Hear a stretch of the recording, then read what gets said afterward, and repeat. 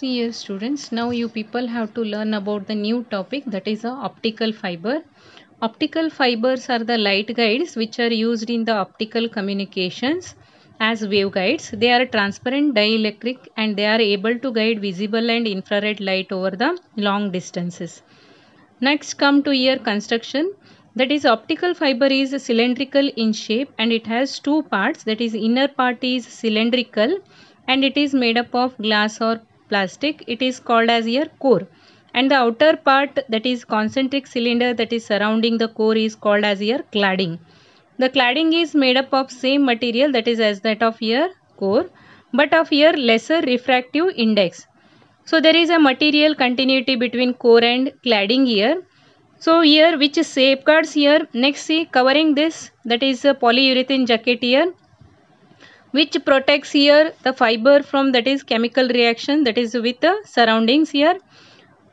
So many such fibers are protected by individual jackets here and they are grouped to form here cable.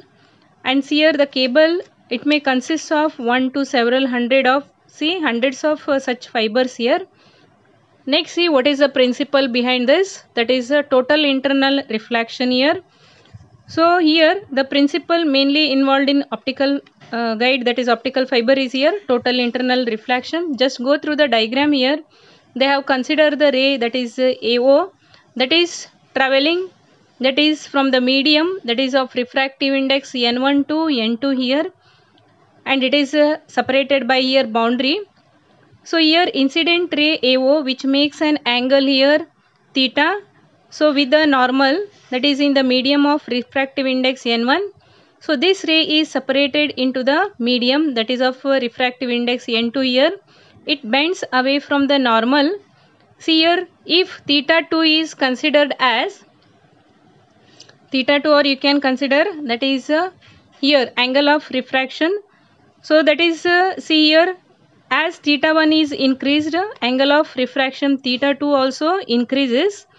And see here, next one, for the angle of theta c, the refracted ray just grazes the boundary of the medium. So that's why here theta 2 is considered as 90 degree.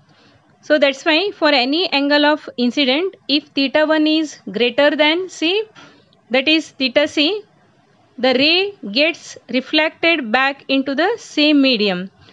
So that is called as here total internal refraction. And angle theta c, for which the angle of refraction, that is theta 2, is 90 degree, then it is called as here critical angle. So from Snell's law we can write here, that is N1 sin theta 1, that is equal to N2 sin theta 2 here. For total internal reflection we can write here theta 1 is equal to theta c here and theta 2 is equal to 90 degree. So that we can find out here theta c is equal to sin inverse of N2 by N1 here. Next see what is the importance of here